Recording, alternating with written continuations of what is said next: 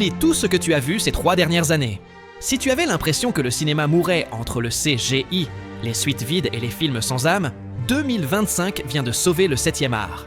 Cette année n'a pas seulement dépassé les attentes, elle a ressuscité des genres qu'on croyait morts et offert quelques-uns des meilleurs films de tout le siècle. Le cinéma d'auteur a repris le trône, les salles se sont remplies pour de vrai, et l'art a retrouvé quelque chose qu'on avait perdu, une âme.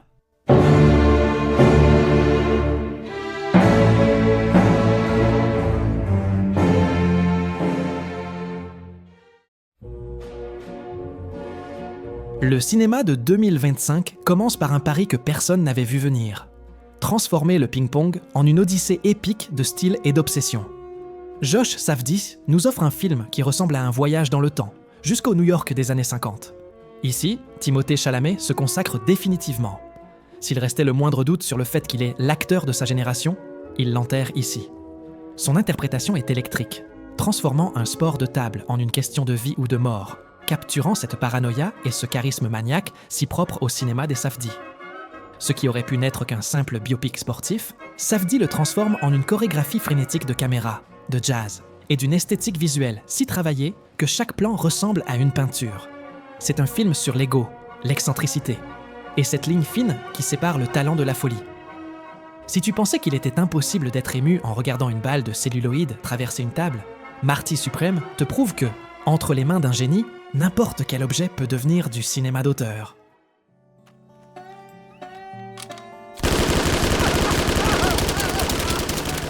Personne ne comprend comment ce film a réussi à battre le record mondial de nominations aux Oscars, mais il l'a fait. Avec un mélange impossible, qui sur le papier sonne comme un désastre, mais qui à l'écran est de la pure magie. Un western gothique sur 2 frères gangsters, un bar de blues perdu hors du temps, et des vampires. On dirait une blague, mais non seulement c'est bon, ça a été un énorme succès. L'intrigue joue avec l'ambiguïté, avec l'obscurité des personnages, littéralement, et avec des métaphores dont on ne sait pas si elles relèvent du génie ou d'un délire de grandeur. Quoi qu'il en soit, la mise en scène, la musique et la photographie créent une expérience immersive et étonnamment efficace. Et même si 16 nominations défient toute logique quel que soit le critère, Sinners est la preuve que les gens en ont marre de Marvel et de la nostalgie, et cherchent quelque chose d'un peu plus loin. Un film qui peut devenir la porte d'entrée de nombreux jeunes spectateurs vers le vrai cinéma.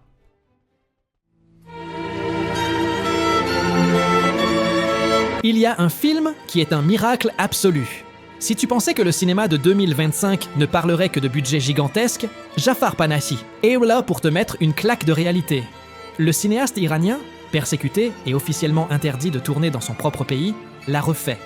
Il a tourné un chef-d'œuvre dans la clandestinité et l'a fait sortir d'Iran, en secret, pour que le monde puisse le voir. Le réalisateur que le régime iranien tente de réduire au silence depuis des décennies, en lui interdisant de filmer, a signé un chef-d'œuvre en dressant le portrait d'un pays asservi. Un simple accident démarre sur quelque chose de banal, un choc fortuit dans une rue de Téhéran. Mais Panahi se sert de ce petit incident pour disséquer une société entière sous la peur. Le message est dévastateur.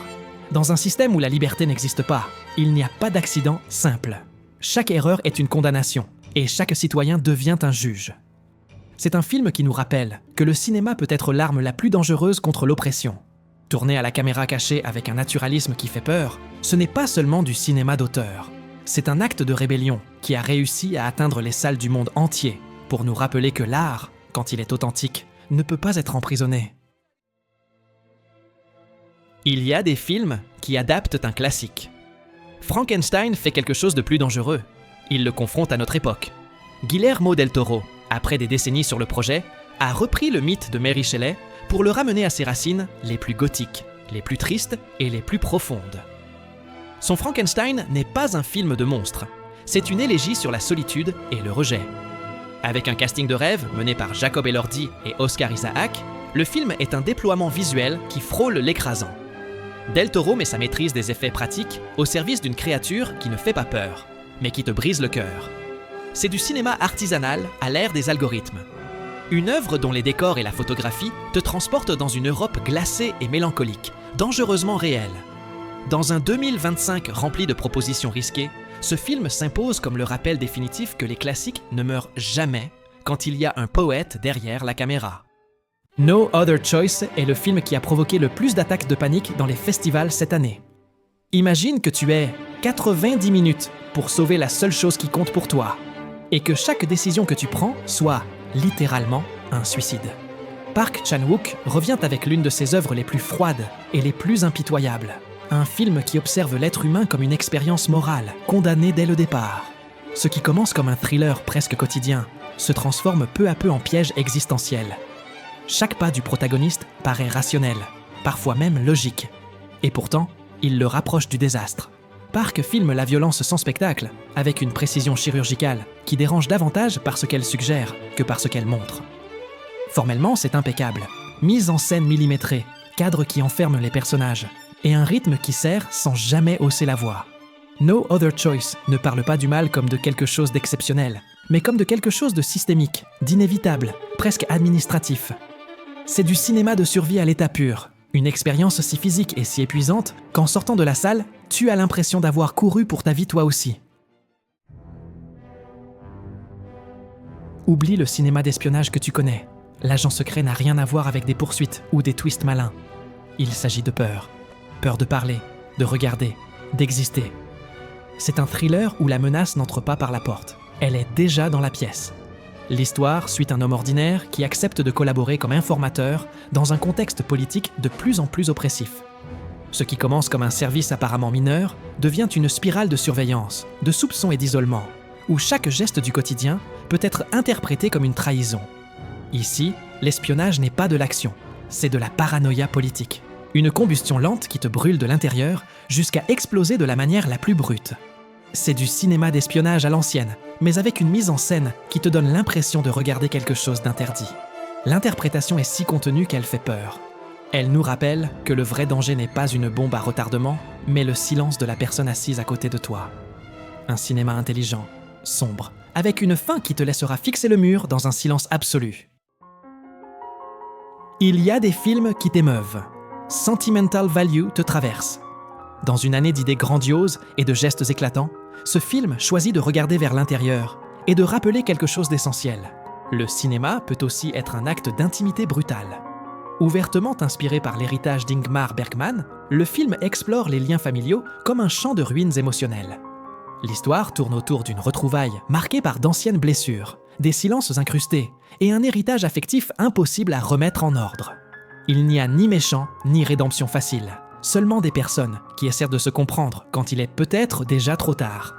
Ici, le drame ne naît pas de ce qui arrive, mais de ce qui n'est jamais arrivé, des mots qui n'ont pas été dits, d'un amour mal exprimé, d'une culpabilité qui se transmet de génération en génération. C'est un cinéma de la mémoire émotionnelle, de la façon dont le passé continue de respirer en nous-mêmes quand on fait semblant de l'avoir dépassé. Formellement, c'est une leçon de retenue et de rigueur. Plan long, interprétations à nu et une mise en scène qui fait pleinement confiance au spectateur. Ça ne manipule pas, ça ne pousse pas, ça n'explique pas, ça observe. Et dans cette observation, il y a une vérité qui fait mal.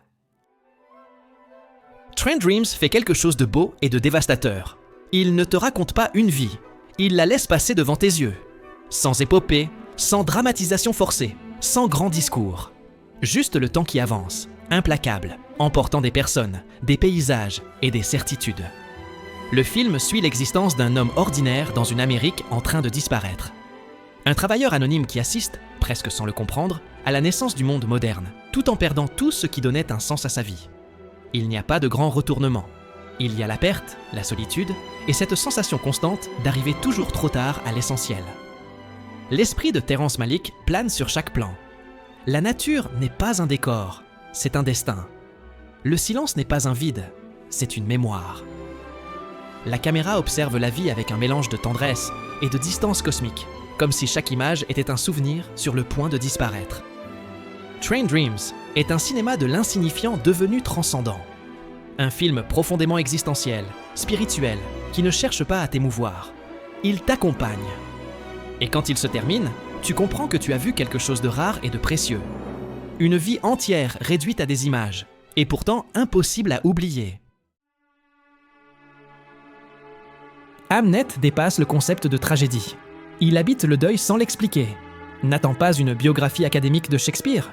Ici, le génie n'est qu'un homme absent, et la véritable protagoniste, c'est Agnès, la femme qui reste pour enterrer son enfant pendant que le monde s'apprête à voir naître Hamlet. l'œuvre la plus importante de l'histoire de la littérature. Inspiré par la prose sensorielle de Maggie O'Farrell, le film est une expérience presque physique. Dans la droite ligne de Malick, on sent l'odeur des herbes médicinales, le froid de la pierre à Stratford, et surtout le poids d'un vide qui n'a pas de nom. Zhao filme la mort d'un enfant, non pas comme un événement dramatique, mais comme un changement dans l'atmosphère, comme si le soleil avait cessé de réchauffer. C'est une œuvre qui explore comment le plus grand art de l'humanité est né de la tragédie la plus intime et la plus dévastatrice. Formellement, c'est d'une délicatesse extrême. Chaque plan semble suspendu dans le temps, comme si le film avait peur de briser quelque chose de fragile. Il ne cherche pas des larmes faciles, il cherche la vérité, et il la trouve. Avec une interprétation de Jessie Buckley qui frôle le surnaturel, Hamnet comprend que le vrai drame n'est pas ce qu'on perd, mais ce qui reste. La culpabilité, l'amour mal exprimé, et la distance émotionnelle entre ceux qui souffrent de la même chose de façon irréconciliable.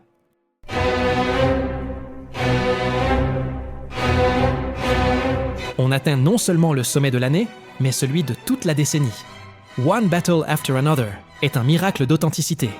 À une époque où l'industrie semble plus préoccupée par cocher des cases, balancer des messages moralisateurs et arrondir les aspérités de la réalité pour ne déranger personne, ce film se dresse comme un monument à la vérité brute.